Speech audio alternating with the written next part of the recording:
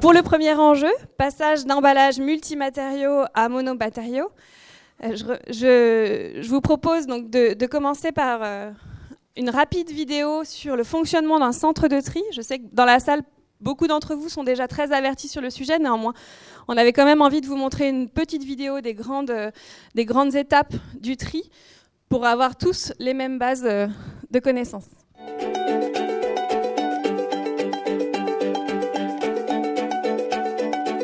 Bonjour et bienvenue au centre de tri Seine-Estuaire du Havre. J'ai le plaisir aujourd'hui de vous faire découvrir cette usine qui chaque jour traite et valorise les déchets de 800 000 habitants des communes autour de l'estuaire de la Seine. Vous allez le voir, cette usine bénéficie d'une technologie complexe et très efficace qui traite vos déchets et qui leur donne surtout une seconde vie. Tout commence par les camions bennes qui ramassent au pied de nos portes les déchets préalablement triés. Dès leur arrivée sur le site, les camions sont pesés avant d'aller décharger leur contenu dans le hall de réception.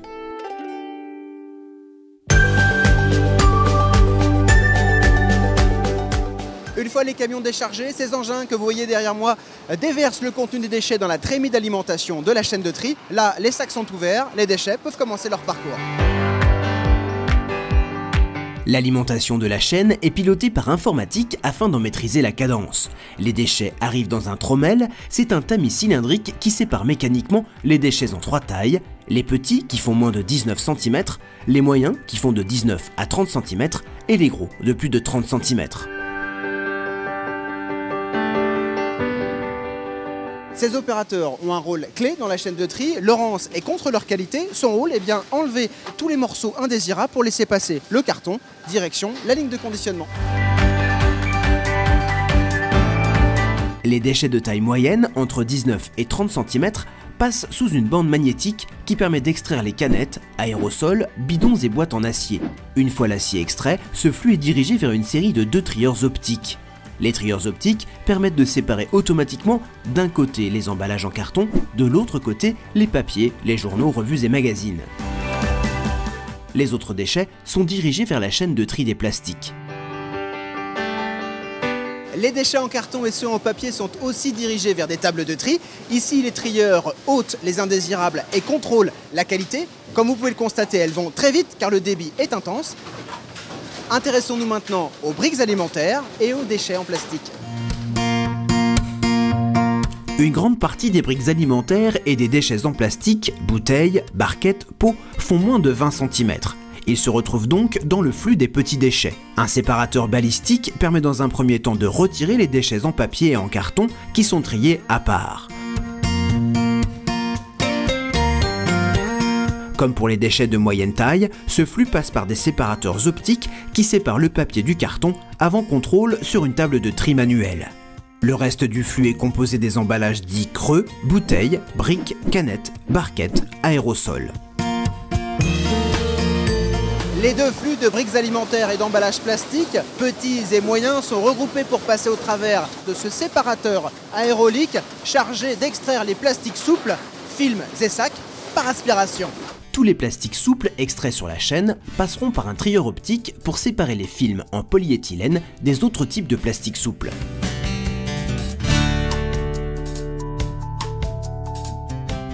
Les films en polyéthylène, vous les connaissez, ce sont ceux qu'on retrouve sur de nombreux produits alimentaires. Ils font l'objet d'une filière de recyclage spécifique. Le tri est affiné à la main afin de garantir la pureté. Une fois les plastiques souples retirés, les emballages rigides passent sous une bande magnétique qui capte les emballages en acier. Le flux passe ensuite par une série de 3 tris optiques qui séparent les déchets par type de résine plastique selon les filières de recyclage. Les déchets qui restent sont triés par une machine à courant de Foucault qui permet d'extraire tous les emballages en aluminium, aérosols, barquettes. En bout de chaîne, ce sont encore les agents du site qui interviennent manuellement dans les cabines. Ils s'assurent de l'absence d'éléments indésirables dans les flux triés par les machines. Il faut que la qualité soit celle demandée par les industriels qui recyclent les matières. Regardez ce DVD et ces objets en plastique. Ce ne sont pas des emballages vides, on ne peut donc pas les trier sur ce centre. À leur direction, le compacteur où ils sont stockés, puis ils sont transportés au CEVED. Là-bas, ils seront incinérés et ils deviendront de l'énergie. Une fois triés, les déchets doivent ensuite être conditionnés pour être expédiés vers les filières de recyclage. Toutes les matières triées sont ainsi dirigées vers des stockeurs. Ces stockeurs sont régulièrement vidés, leur contenu est dirigé vers une presse à balles. La presse à balles est l'équipement qui permet de compresser la matière triée. Une fois sortie de la presse, on obtient un gros cube et ce gros cube s'appelle une balle. Une fois en balle, les matières sont expédiées par camion vers les industriels. Une partie des balles papier et carton rejoindront la papeterie UPM Chapelle Darblay par voie fluviale.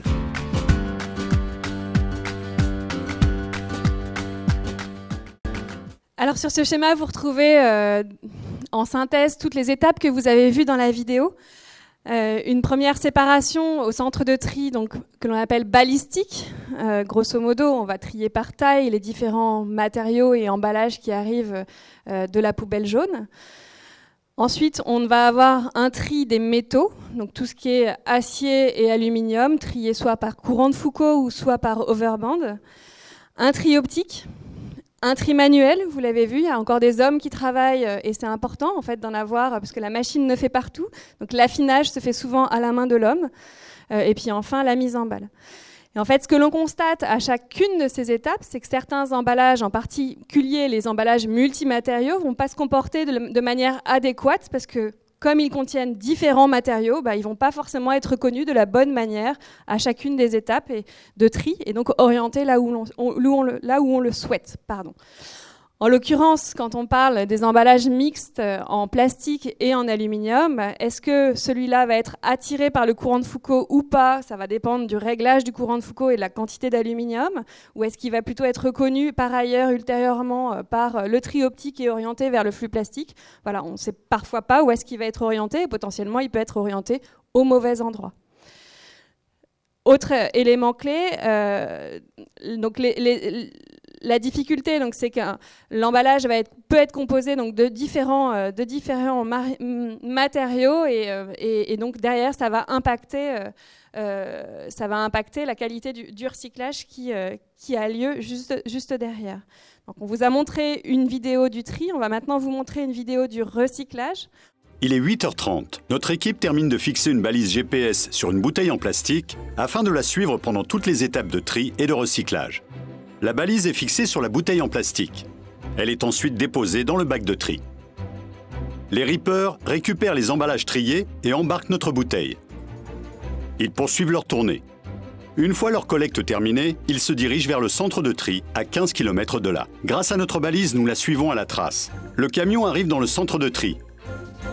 Les emballages collectés sont pesés, puis déchargés. Ils vont être séparés par matériaux au cours de différentes étapes. Le tri manuel, mécanique et optique. C'est comme cela que les erreurs de tri sont progressivement éliminées.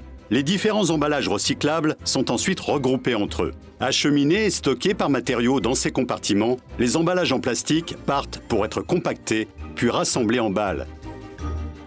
L'étape de tri est terminée. Direction l'usine de recyclage du plastique. Ici, les bouteilles en plastique vont être transformées en matière première. Les balles sont d'abord déballées. Ensuite, les bouteilles sont triées par type de plastique, prélavées et broyées en paillettes. Elles sont lavées, séchées et transformées en granules.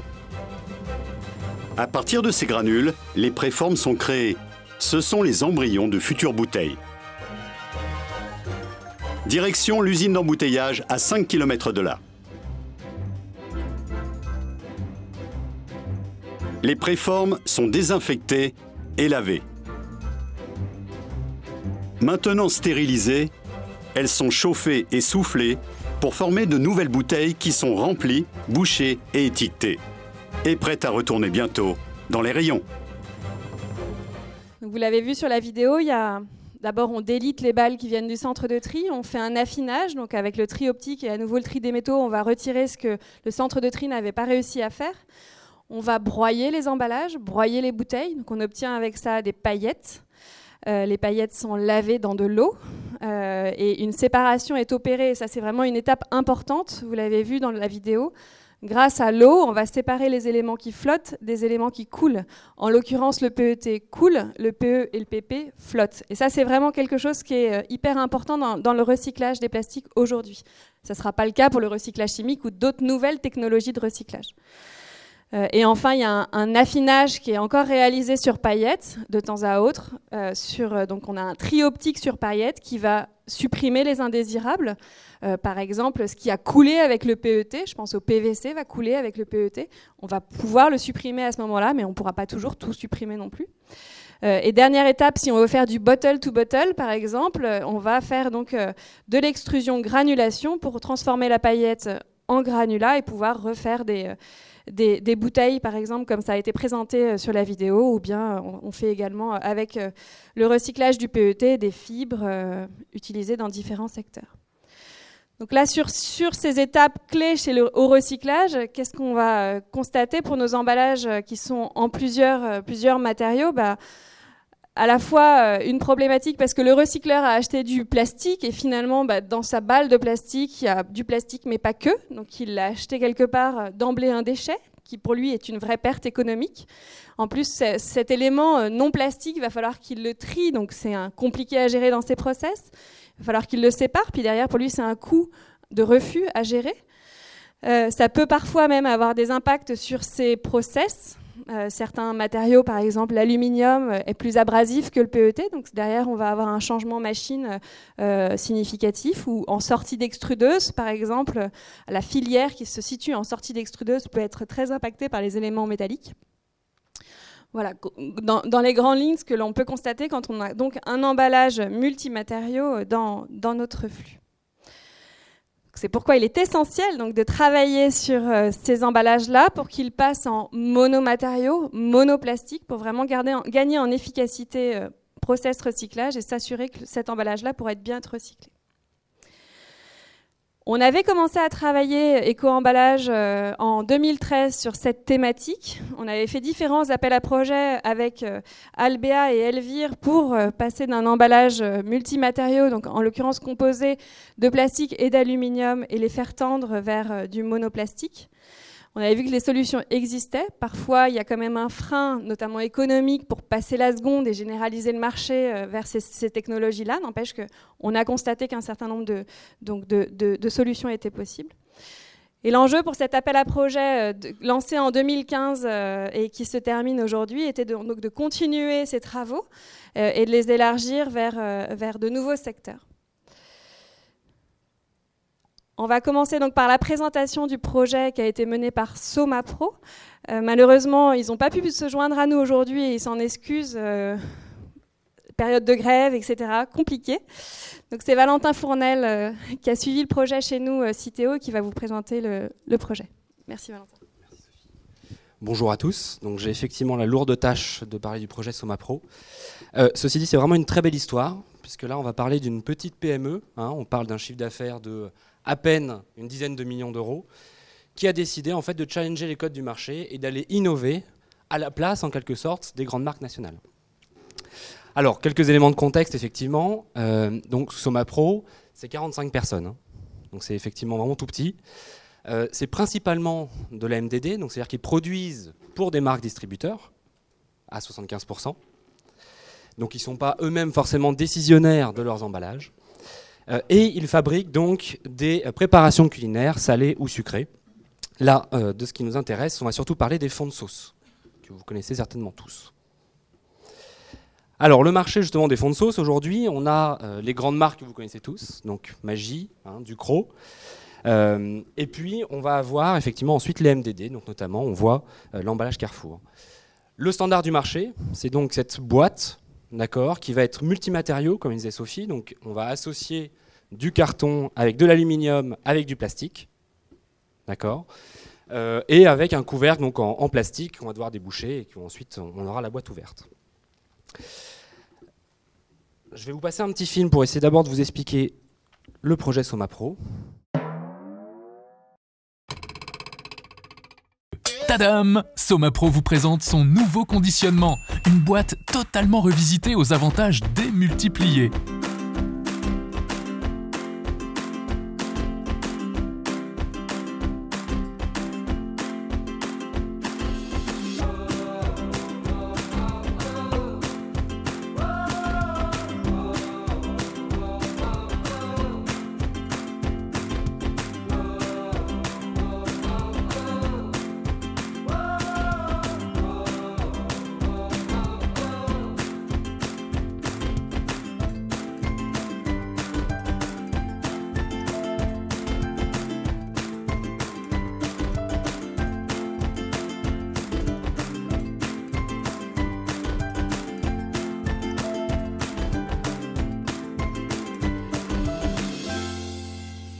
Offrez à vos clients et à votre marque de distributeur se concentrer davantage.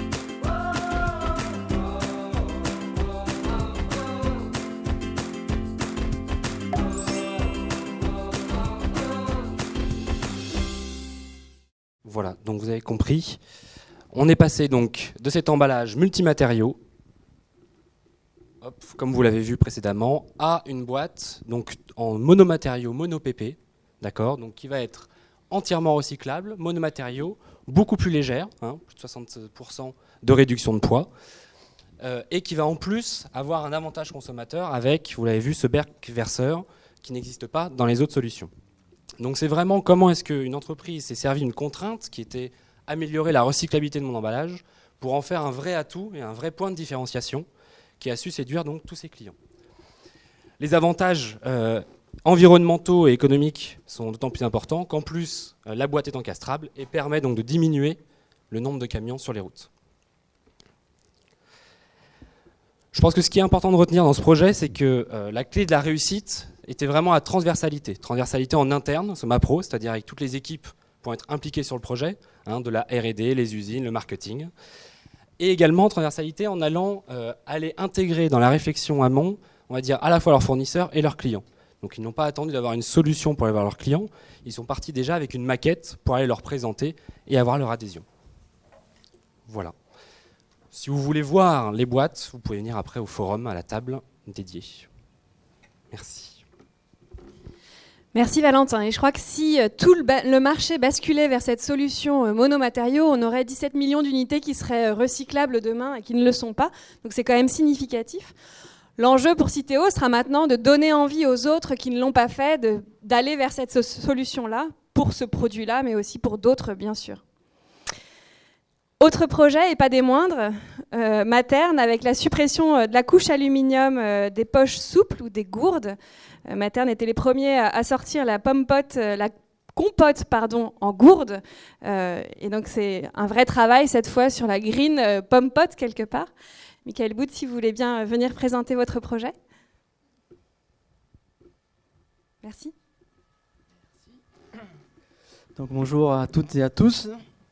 Bon Valentin, j'aurais aimé faire comme toi, tu vois, présenter un truc où on dit c'est moins cher, ça apporte de la fonctionnalité, tout le monde est content. Malheureusement, tous les projets ne sont pas comme ceci. Donc je vais vous présenter le projet donc, que nous avons mené avec Citeo, qui a effectivement pour vocation à améliorer en fait, l'empreinte carbone de nos produits. Et effectivement, ça passe par la suppression de la couche d'aluminium. Ce qui est clé, ce que je voulais aussi partager avec vous, c'est que c'est un vrai sujet en fait, quotidien. Donc on ne s'est pas abouti, mais c'est une vraie préoccupation. Et on essaye d'y mettre les moyens pour arriver à une solution qui soit la plus optimisée possible. Bon, on va faire quand même un petit peu de publicité, néanmoins, pour le groupe MOM. Qui sommes-nous? Donc, le groupe MOM, c'est aujourd'hui le leader dans le domaine du snacking sain, fruitier et laitier, qui s'appuie sur des marques fortes, dont la plupart vous connaissez. D'un point de vue des implantations, donc aujourd'hui nous avons 4 sites de production, donc 2 sites en France et 2 sites aux États-Unis, avec donc un siège social France dans la région lyonnaise et donc Materne North America à New York, et donc un siège groupe sur Paris. Donc pour revenir sur le périmètre France qui nous intéresse aujourd'hui, donc on s'appuie d'abord sur Materne, en tant que spécialiste de la transformation des fruits. Donc aujourd'hui, vous voyez à peu près notre portefeuille produit. Donc nous fabriquons des gourdes, qui est le sujet du jour, mais aussi donc des coupelles à travers la marque Materne, Confipote. Voilà, donc on utilise quand même un panorama d'emballages divers et variés.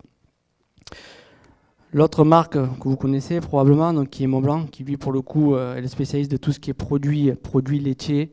Donc vous retrouvez des gourdes sous la marque Récréolé. Et donc sur la partie Montblanc, vous avez des emballages en fer blanc, en aluminium, de la coupelle. Et on fait aussi un petit peu de bouteilles co-extrudées sous la marque Gloria. Voilà pour un rapide panorama. On va rentrer dans le vif du sujet de ce jour. Donc en faisant en fait un constat, donc par rapport à l'état des lieux aujourd'hui, voilà, du marché des compotes de fruits. Donc aujourd'hui, sont majoritairement composés, comme le disait Sophie, de multimatériaux. Alors bon, il y a du PET, du PE, majoritairement de l'aluminium, parfois triplex, parfois quadriplex. Bon, il y a encore des spécificités entre intervenants, mais majoritairement, effectivement, ce qu'il faut retenir, c'est que ce sont des structures multimatériaux qui ont leurs avantages, quand même, il faut les souligner, effectivement, au travers d'une parfaite conservation du produit sur l'ensemble de sa durée de vie. Et aujourd'hui, on est sur des process qui sont vraiment optimisés au travers de cet emballage-là. Voilà. Donc, dès qu'on veut changer, forcément, au travers d'un process qui est déjà optimisé, on a quelques écueils, mais qu'on va s'efforcer à lever. En tout cas, clairement, aujourd'hui, c'est dans notre stratégie d'entreprise de vouloir en fait pousser les recherches pour trouver des vraies solutions en fait de recyclabilité qui permettent de réduire en fait l'empreinte carbone de nos produits. Le projet.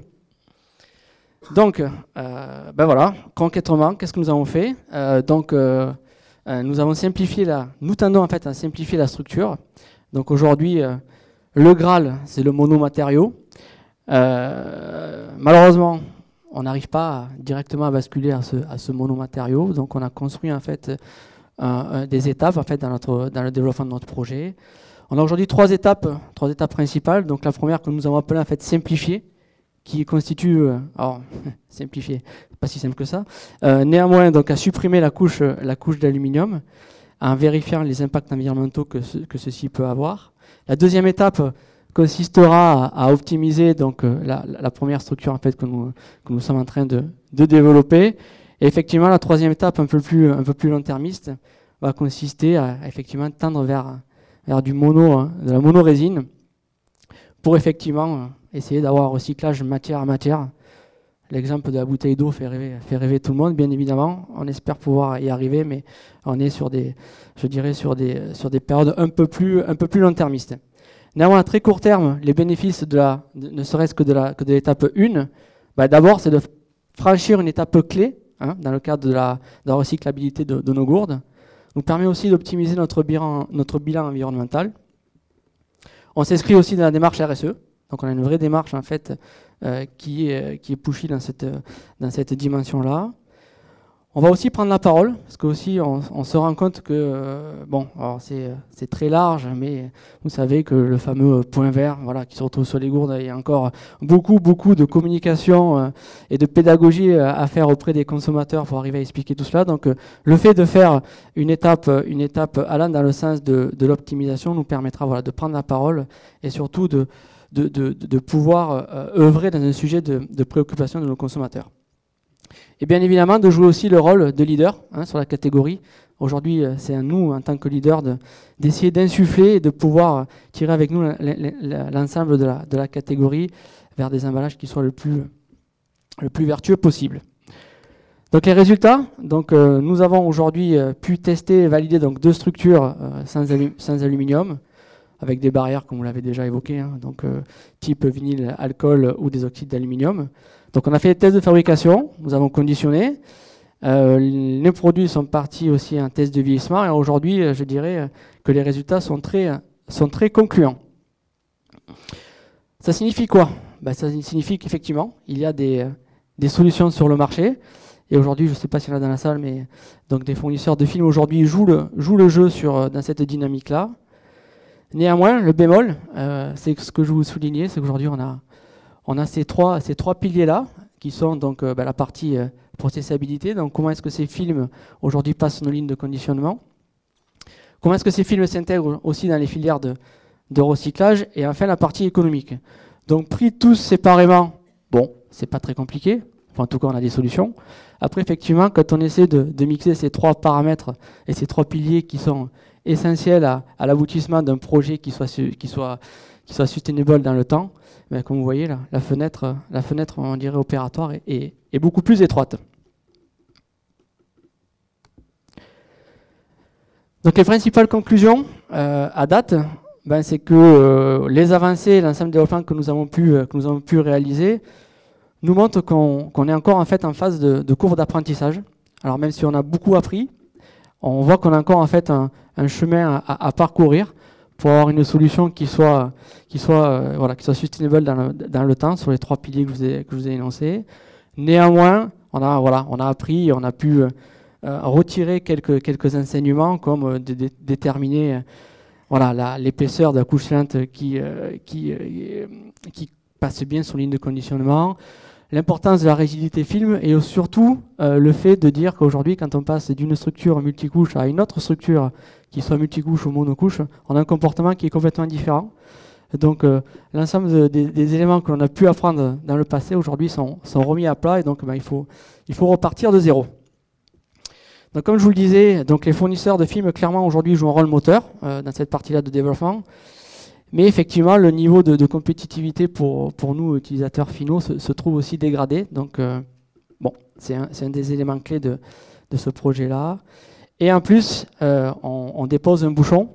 Et donc, effectivement, l'interface bouchon-film vient aussi complexifier le développement de ce projet-là.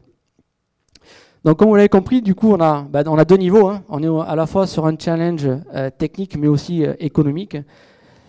Et le résultat final passera par notre réussite en fait, à relever ces 2 challenges. Les prochaines étapes qui sont engagées, donc aujourd'hui nous avons lancé des résultats d'ACV qui va permettre de matérialiser et de chiffrer très concrètement quels sont les impacts des structures que nous avons testées. On a aussi une clarification. Clairement, aujourd'hui, on a l'extension des consignes de tri qui viennent se mêler à tous ces développements. Donc, comment est-ce que les solutions que nous développons s'intègrent dans ces consignes de tri? Quand est-ce que nous serons aujourd'hui en capacité de pouvoir communiquer sur ces évolutions? Sur quel territoire? Sur quel périmètre? Voilà. Donc, il y a aussi beaucoup de questions qu'on doit aussi lever par rapport à ces éléments-là. Et bien évidemment, vous l'avez montré, demain on va développer des solutions. Comment est-ce que ces solutions s'intègrent dans des filières de recyclage existantes, mais aussi dans les filières de recyclage en fait, à venir.